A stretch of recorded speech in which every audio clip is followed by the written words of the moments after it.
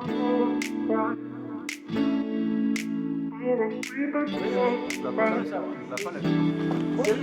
salut. Bienvenue chez Studio Sport. Merci. Ça va et toi? Visiter? Ouais, c'est parti.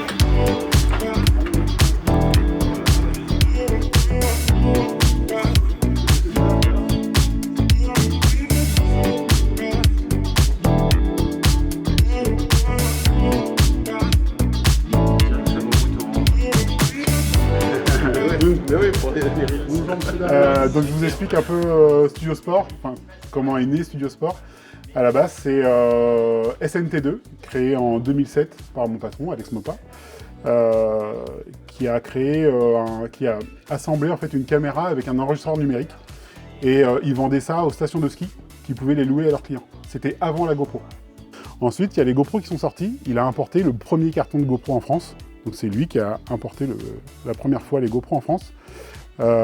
Et du coup, il a commencé à monter un peu l'écosystème autour de la caméra d'action, les fixations, etc. Et ensuite est venu le drone, qui au début était un accessoire de caméra. C'était quelque chose qui permettait de mettre la caméra en hauteur pour pouvoir filmer. Et c'est comme ça qu'il est venu à rentrer. La première marque de drone en France, c'était DJI. C'est lui qui a importé les premiers DJI en France. En fait, on est distributeur en France DJI. Ça veut dire que tous les shops que vous connaissez qui vendent du DJI l'achètent chez nous. En fait, l'achètent pas chez DJI directement. Tout passe par chez nous. On est distributeur officiel. Donc c'était ça le service distribution que je vous ai expliqué. C'est une entité à part entière. Donc vous avez SNT2 qui est la maison mère en fait. En dessous, vous avez Studio Sport, que vous connaissez, qui fait du FPV, qui fait du drone grand public, etc. Tout ce qui est caméra, appareil photo. Vous avez Abbot, qui est la partie professionnelle, donc tout ce qui est non audiovisuel, donc pour les pompiers, l'armée, la police, etc., les agriculteurs, enfin tous les professionnels du drone viennent se fournir chez Abbot.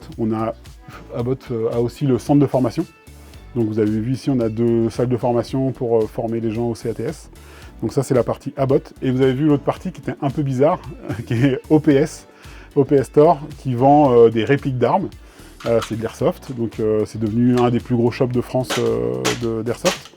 Et du coup, on a continué d'évoluer sur ces trucs-là. On a monté Tom Airgun, où on tire des billes, des plombs, etc. Donc là, il faut des permis, etc. Et Evo Hunt, qui est vraiment les accessoires high-tech pour la chasse. Donc voilà, ça c'est toutes les entités. Et depuis très récemment, on a ouvert Easy Store, qui est du coup notre boutique de gaming pour des PC sur mesure, un peu haut de gamme. Donc voilà un peu toutes les entreprises qu'il y a sous SNT2. Donc Studio Sport, c'est pas la maison mère, c'est SNT2. Et en dessous, vous avez toutes les petites entreprises filles, quoi. Voilà. Donc c'était juste pour éclaircir un peu tout ce qu'on a vu, parce que vous vous demandez, on va chez Studio Sport, on voit des répliques, on voit des flingues, on comprend pas tout ce qui se passe, on voit des drones énormes, alors qu'on les voit jamais chez Studio Sport. Les drones énormes, c'est typiquement Abbot, c'est pour les pros, quoi. Voilà, c'était pour vous éclaircir un peu tout ça.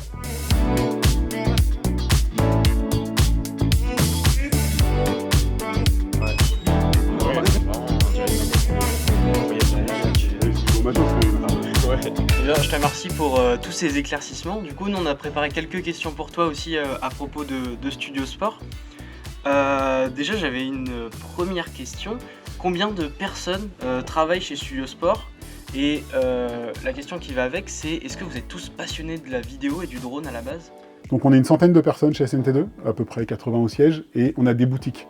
On a une boutique Studio Sport à Boulogne. Si vous y allez, vous verrez, c'est vraiment du Studio Sport. Il y a tout ce qu'on voit, caméra embarquée, drone grand public, il y a tout un rayon FPV. On a 3 DJI Store. En fait, DJI nous a fait confiance pour ouvrir les DJI Store en France. Donc on est les seuls à posséder les boutiques DJI Store en France. Donc on a Paris, Lyon et Marseille. Donc voilà, au total, on est une centaine chez SNT2. Après, on a plein de gens qui sont passionnés soit par la vidéo, la photo, on a des gens qui vraiment de tous les univers. Et tout le monde, en général, aime un peu tout ce qui est high-tech, tu vois. Donc ça leur parle, les drones, etc. Après, je t'avoue qu'on est un peu blasé, nous on voit ça toute la journée. Donc évidemment, Bon, quand il y a un nouveau drone, souvent il y a plein de gens autour à regarder. Quand tu vois un énorme flycart qui arrive, on a fait comme vous. On a fait comme vous, hein, on était un peu bluffés du truc et tout. Et donc pour rebondir sur ça, toi, qu'est-ce qui t'a emmené à venir chez Studio Sport? Est-ce que c'était par passion du coup? Alors ouais, moi c'est complètement un boulot passion, ce qui n'est pas forcément toujours une très bonne idée, parce que du coup bah, tu passes ta journée à faire les trucs que tu aimes, tu rentres chez toi, bah, tu les fais plus, tu vois, enfin t'en as fait toute la journée. Mais en vrai non, c'est cool. Moi à la base je bricolais beaucoup chez moi, je faisais plein de petites bidouilles électroniques, etc. Et un jour je me suis décidé de faire un drone, l'histoire un peu plus compliquée que ça, je voulais faire de la robotique, puis j'en suis venu au drone, etc. J'ai découvert Studio Sport, j'ai acheté quelques produits là-bas pour monter mon premier drone. Puis un jour, j'ai voulu postuler chez Studio Sport et j'ai donné mon CV à Alex, mon patron. Et en fait, il a regardé tout mon parcours et il a dit bah, écoute, tout ton boulot, ça ne m'intéresse pas, ton expérience, ça n'a aucun intérêt. Par contre, tes hobbies, qui sont drone, impression 3D, robotique, modélisation, électronique, etc. Il dit bah ok, ça m'intéresse et bah, je te paye pour faire ça. Alors tu comprends bien que t'imagines demain on te dit bah tout ce que tu fais de la journée, là, tous tes plaisirs, on te paye pour ça. C'est quoi le projet qui t'a le plus plu, qui t'a enthousiasmé et tout? Ouais, c'est compliqué, hein. Il y en a plein tout le temps. Hein. En fait, moi dès qu'il y a un projet à l'atelier, moi je kiffe. Hein. Tu vois la BRI, faire des modifs sur un drone DJI pour la BRI. C'est une dinguerie en fait, parce qu'on a été là-bas, on était au 36 quai des Orfèvres, leur faire tester le drone et tout, leur demander les trucs. Les mecs ils nous ont emmenés, ils ont fait une fausse intervention, on était dans un endroit désaffecté, on était au milieu d'intervention, on a failli se prendre des tirs et tout. Ouais, c'était une dinguerie tu vois, de faire ça. Et c'était un super projet, pas forcément très type FPV, même si c'était la Vata 2, donc c'est comme du FPV, tu vois. Mais le mec il a fallu qu'on le forme, etc., qu'on lui explique plein de choses. Et en vrai c'était passionnant de ouf. Donc je peux pas te dire un projet, tu vois, juste ce drone-là qu'on est en train de faire, bah, c'est aussi un sujet, c'est passionnant, il a fallu qu'on trouve les couleurs, etc. Moi, chaque projet, du moment que c'est un peu technique, ça sort un peu des sentiers battus, moi j'adore. J'ai pas de projet préféré en fait. Est-ce que tu as le souvenir d'une énorme commande, de quelque chose hyper insolite, de quelque chose qui a fait parler ici parce que la commande était vraiment à la limite de l'absurde, quelque chose d'assez gros? Alors, on a eu j'ai plein d'anecdotes, après des grosses commandes particulières, des gens qui volent des DJI Maverick à la place du Mavic. On a plein de blagues comme ça, où un mec nous a demandé est-ce que vous avez la marque, c'est LFP. On a cherché partout, on ne comprenait pas c'était quoi cette marque. Le logo DJI, tu mets à l'envers, c'est LFP. Le gars voulait un drone LFP. Donc tu vois, c'est des petites anecdotes comme ça. Après, oui, des commandes énormes. On a eu des mecs qui sont venus nous voir pour faire un drone. Ils habitaient du côté de Gibraltar. Et ils voulaient faire un drone qui fasse 14 km de distance et qui porte 1 kg. Donc on a dit que non, c'était pas possible non plus ça. De faire l'Espagne-Maroc avec 1 kg de je sais pas quoi. Voilà, donc on leur a dit que non, c'était pas possible. Tu vois, on a plein d'anecdotes comme ça.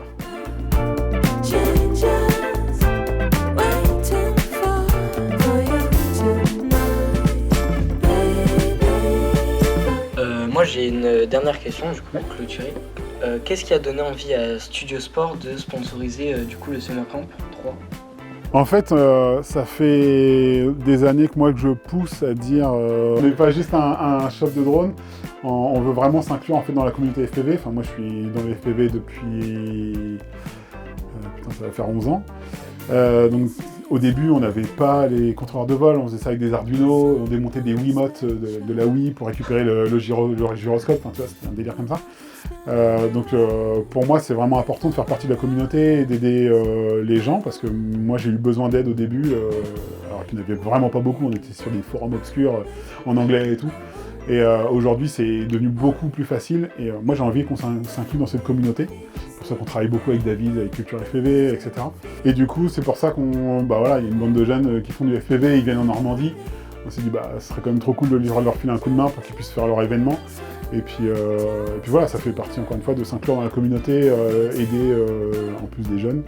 Parce que c'est quand même une discipline de trentenaire quadra, FPV les gars. Vous ne devez pas être beaucoup à votre âge à faire du FPV. Donc voilà, si on peut vous filer un coup de main pour que vous fassiez ça, moi c'est ma passion aussi, donc en plus si c'est la vôtre, bah, c'est cool de vous aider quoi. Du coup, je te remercie d'avoir répondu à toutes nos questions, et puis je remercie plus globalement Studio Sport de nous suivre sur cet événement. N'hésitez pas, le lien affilié Studio Sport est dans la description pour soutenir la relève, c'est super important.